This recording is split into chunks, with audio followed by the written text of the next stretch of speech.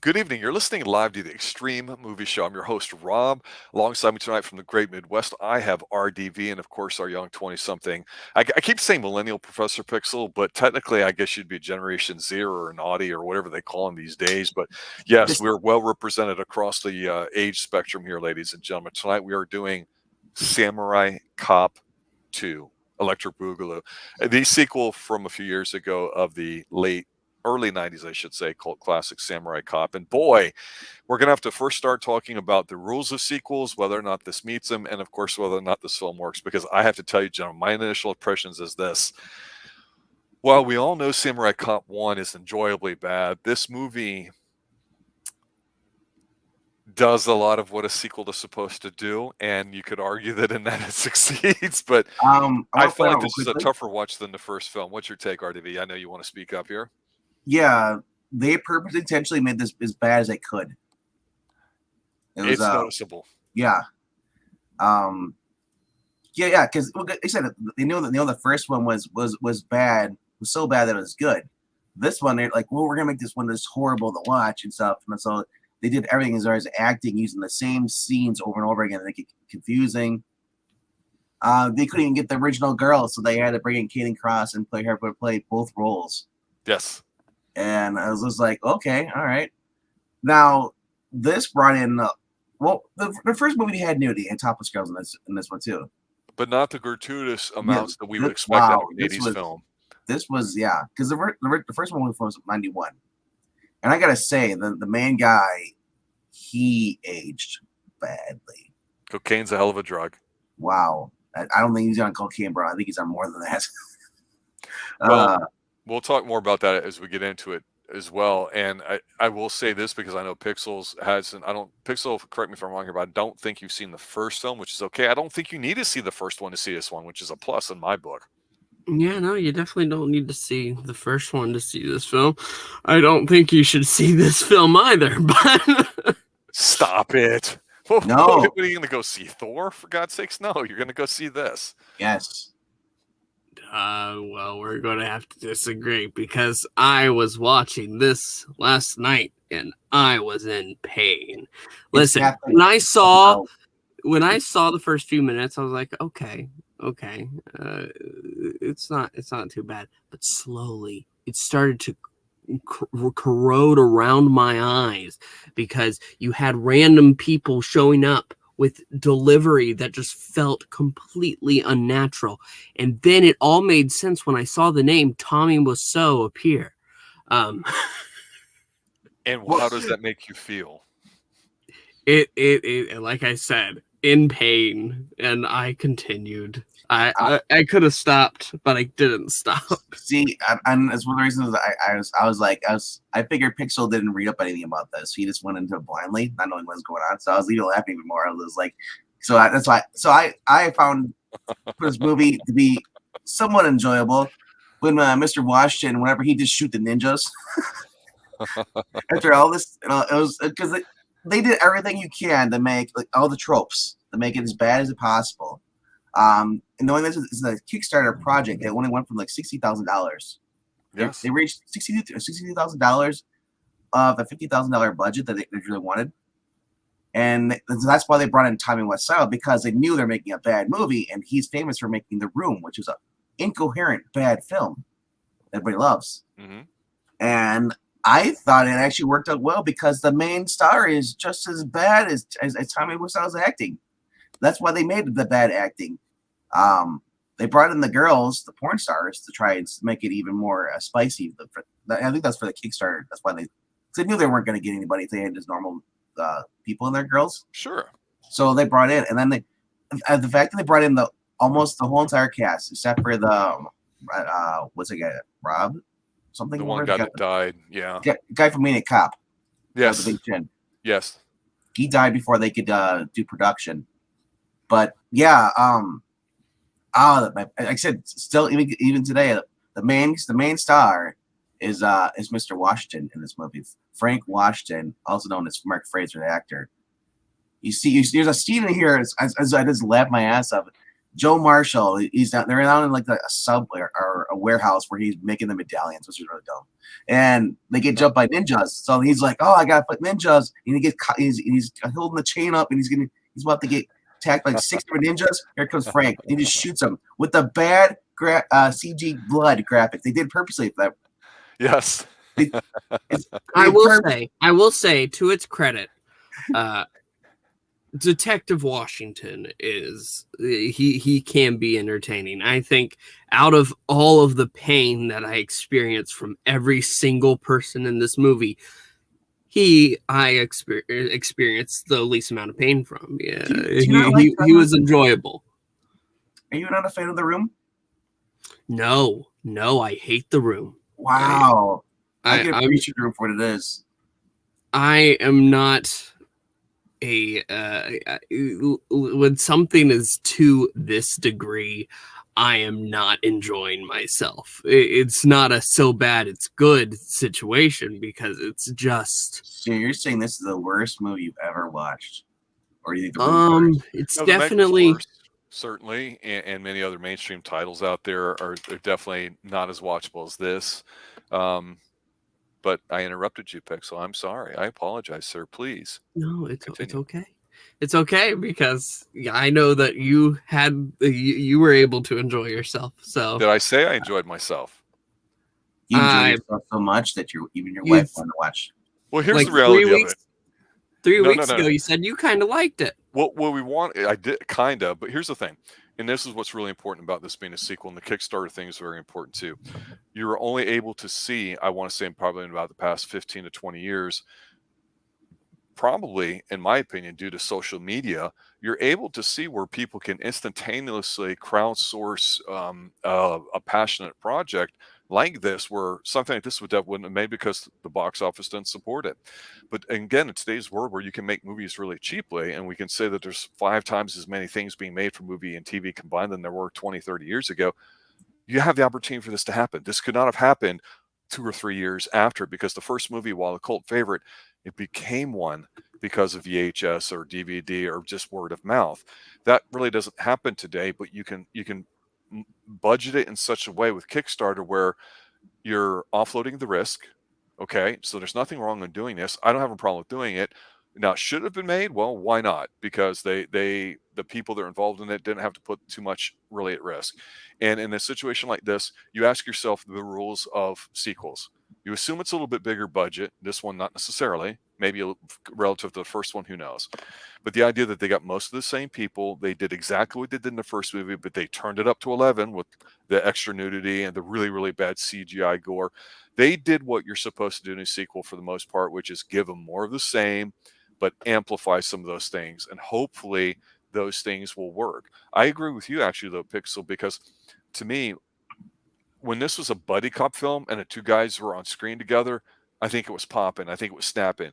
But when it wasn't, or it was, say, God forbid, Bai-Ling by yourself, rambling incoherently, it stalled out for me. So I almost go in your corner where I go, there were some scenes here where I go, if they just edit this quickly and gave us less villain time stuff, it would have been better. If you're going to go over the top, do it in every scene. Don't give us some of these, scenes that are just kind of like about people I don't care about. Show me the ninjas coming out of the woodwork where the guy just gives his big speech that we all know and have heard 50 million times before. I've considered myself a pacifist now. I will not kill again. Oh my God, ninjas! And then he doesn't do anything. Bam, bam, bam, bam. You're welcome. That's the stuff we want, right?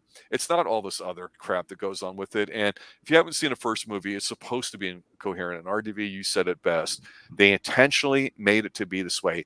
That is not easy to do. So I think they were successful that way with it too. Does it capture the spirit of the first movie where you have as much fun? I don't think so. But that's the problem. It became more about the porn stars being added to the film. You can tell, like, every girl in there is as a former porn star. They even got another girl in there too. She's not a porn star, but she was in all those B movies. She plays. Is that the same girl from the first? No, that's not the same girl from the first one, is it? Different one, I believe. Different one, yeah. Laura Lyons, I think it is, or she may have been the older blonde you're talking about. Yeah, the older blonde. I don't recall if she was back then, but I think She may have been. Maureen I don't want to say it. Landon. That's what it is.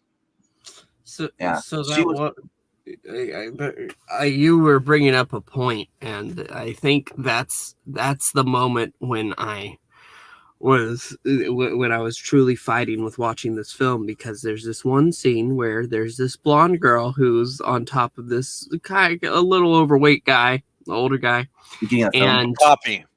yes, and she says that she is the adoptive daughter of the head of the katana, and Yes. this is how you're going to pay. And I was almost ready to click X on the Tubi tab right Wow, there. Apparently, he does not like Lexi Bell. Let me ask you this though, in all seriousness, because I always say you're the young 20-something here. The one thing I did think about, knowing that you were going to be part of reviewing this here, is strippers aside, gross nudity and all that, which I happen to love, and the violence doesn't bother me in the least bit, and it's appropriate for this movie. If it didn't have it, it would be a major letdown. Do you realize, though, there are no movies like this out there at all today? There's no buddy cop films. There's no gratuitous nudity with hot chicks. There's no stupid, dumb ninja stuff going on. There's no good people, bad people with really bad fighting. Right now, there's nothing that's even remotely fun like that. It's all, like I say, small people beating the crap out of everybody CGI-wise, and it's boring. So even though this kind of sucks, it's intentionally been that way. They didn't try to outdo themselves or make a better film. So I just go, do you realize that that's kind of supposedly the charm of this? I mean, because you don't see a movie like that today. So I say, how would somebody 20 years old understand that? And that's not a knock on you or anybody 20. It's just, it's occurred to me that you've got nothing to relate this to. I mean, well, I watched High Kick Girl, and there's no nudity in that, but it's about that was the a same level of awesome quality for me.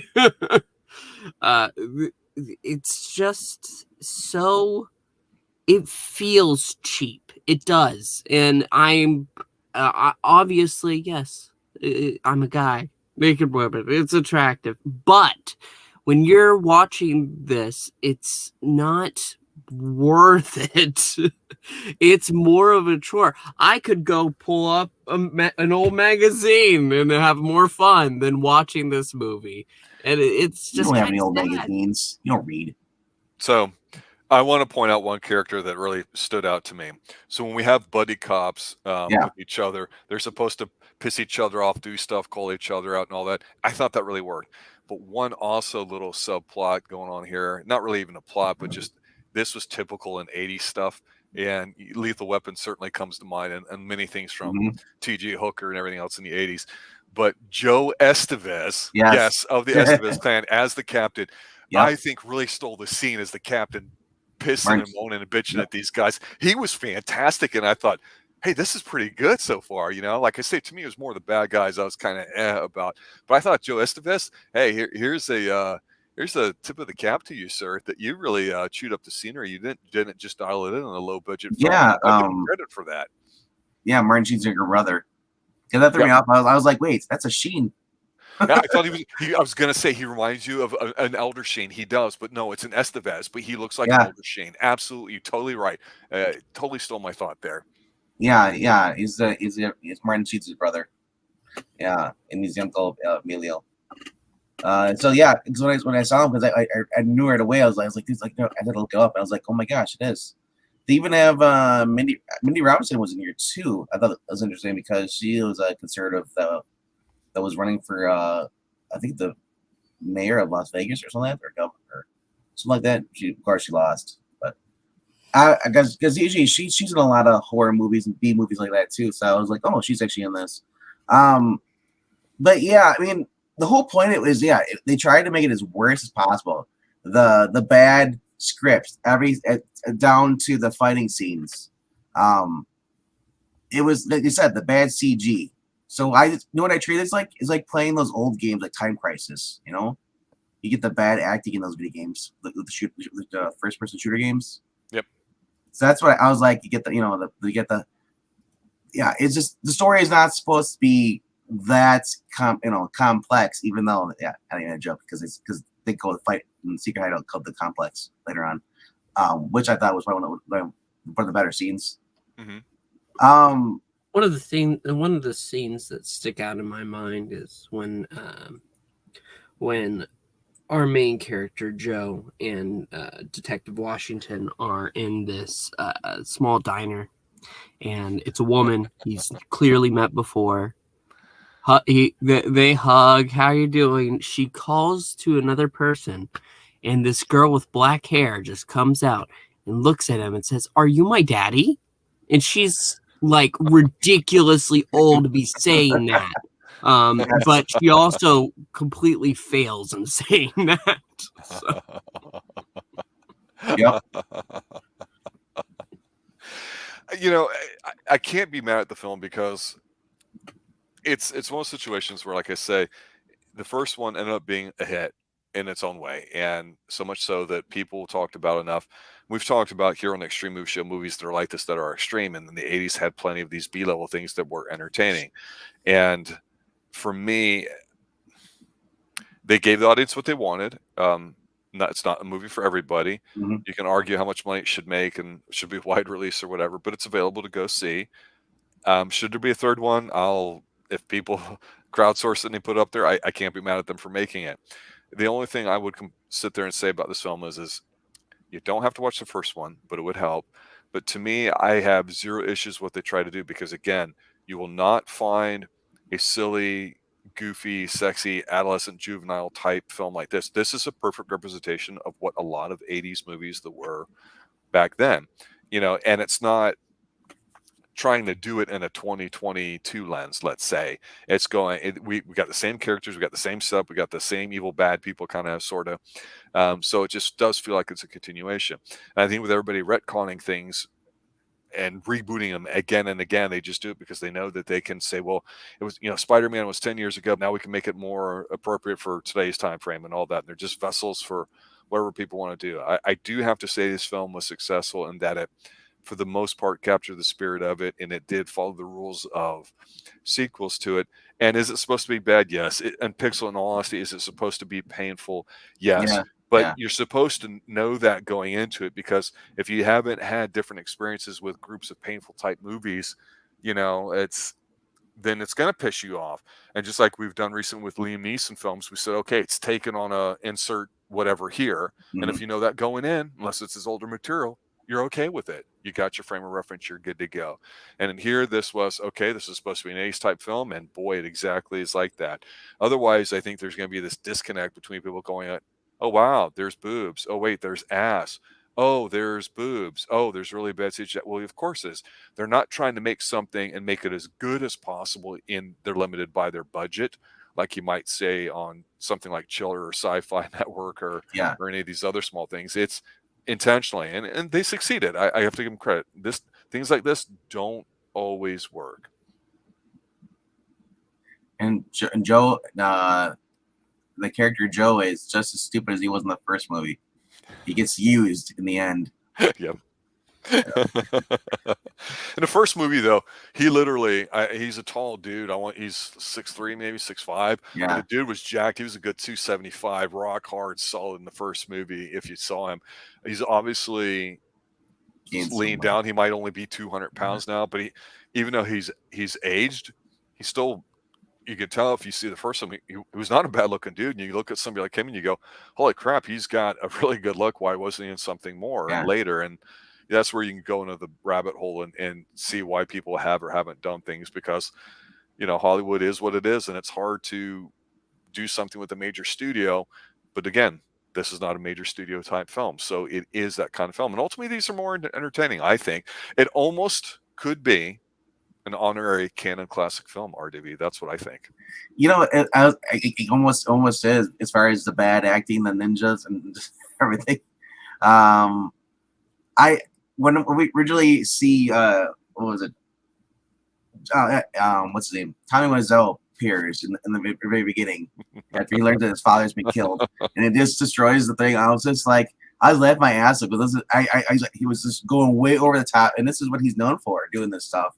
And the fact that they made everyone acting just as bad as his, I was just like, oh my gosh, I didn't think I could see a movie like this in like today, because the type of movie they're making now, this movie would have been a movie they would have made back in the early 90s, or let's say late 80s. You get these straight that not even that. Well, back then, even the DVD in the early '90s, it was maybe a one or limited, very limited showing on a silver screen. Yep. And that's it. You never see it again. Well, I think that the whole idea of cops in general, the whole buddy cop thing, and we've talked about this before for the Dirty Harry series and a little bit with other shows from the 70s, 80s that we cover here on the Extreme Movie Show, that the way cops have been portrayed from really ruthless, kind of efficient, militant type figures from the 50s to 60s to them being kind of dumb to them being a joke in the 80s, so much so that they're laughable good buddies. But the buddy cop thing, this, like I say, works, and you don't really get cop films at all anymore. And to me, like I say, this whole movie it works when those are on the screen the most. The other stuff, again, more ninja equals better film. We know this. Just like more TNA helps in graphic nudity. It just does. When you're having fun with it, you could tell they had fun. Like I said, this movie was purposely skirting around the point where they're like, this could straight up be a porno.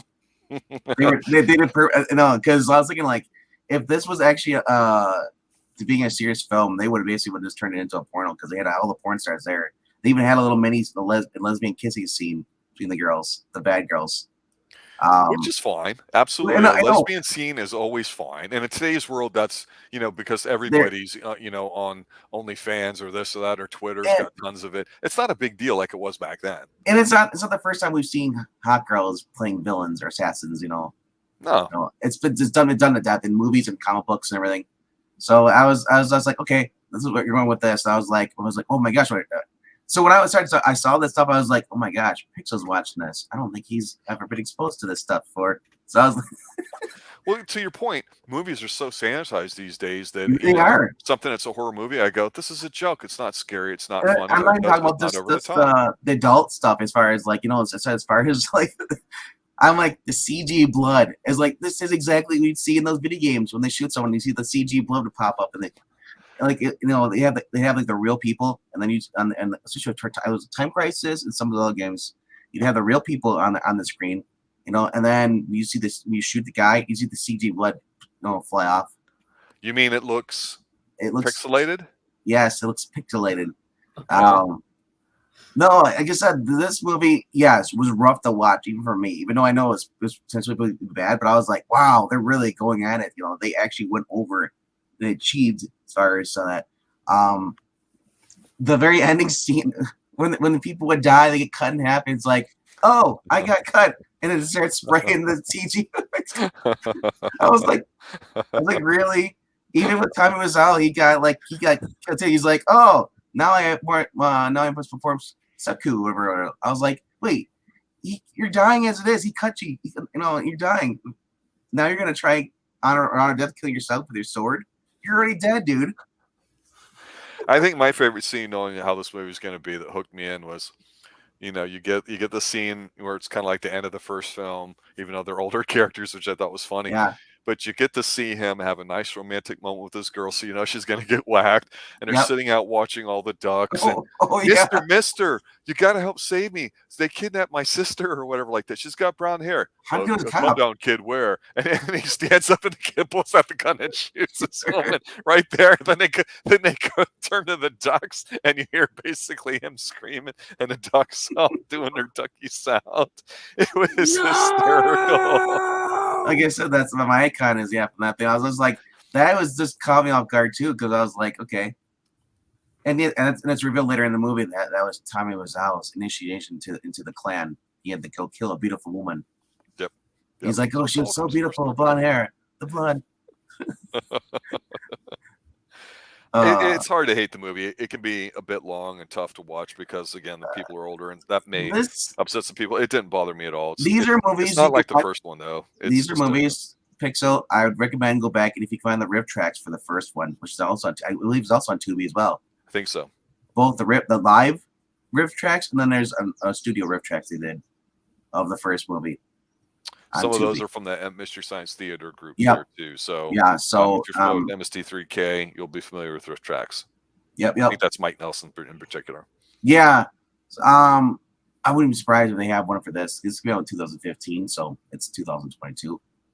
I'm sure they probably have done this, but it'll be it, or it's on their. Any other final thoughts there, RDV, before we go to Pixel? No. Smooth. What about you, Pixel? You hated this film, didn't you? Yeah, I did. And you know, so I understand that there are these bad movies that people like to watch. There's something that's charming about watching something that's so utterly a failure. But here, I can't do that. I like when I sat down to watch The Room, it was so long and painful, and that's how this felt too. Wow. It's just unfortunate, I think, because you know, as bad as so much of the acting is, I actually think I feel bad for Detective Washington of all people, because he's actually I think he might be the best actor in this film, because he does have that the buddy cop vibe. Exactly. Absolutely. Now, you watched The Room. Did he go in knowing that it was supposed to be a purposely bad film? I heard how bad it was, and honestly, it was worse not knowing how bad it was. Oh man. Yeah. Because Pixel, you're tearing me apart. Yeah. Hey, you know I'm a cop. I can't recommend this movie to anybody. But if y'all want to watch it, it's on Tubi. You know what? Next Sunday for Pixel's benefit, The Room. That's going to be on the short list coming up, so we'll have to find some other franchise that he's unaware of and get him going on that, because this is the perfect movie. Samurai Cop, Samurai Cop 2, Electric Boogaloo. You know, that's a perfect extreme movie show type movie. So I want to thank everybody for showing up and listening. Samurai Cop's fantastic. Check that out. Watch this one after that. It'll make a lot more sense, especially if you're younger. But you got to be in the right stupid-ass mood to watch this film. And thankfully, it'll remind you that even though it's a bad film intentionally, that there's not a lot of bad films that are worth watching that are entertaining like this. So Professor Pixel's in a minority, but I understand him. I feel his pain, so to speak. But I'd like to thank him, of course, as RDV and everybody else for listening here to the Extreme Movie Show. Check us out. We just dropped episode 4 live of The Prisoner. We're going to be doing episode 5 next week. We'll be going live Tuesday night, 7 p.m. as well. RDV and I will be tackling some awesome kick-ass movie as well, to be determined at that point. That's also on our short list.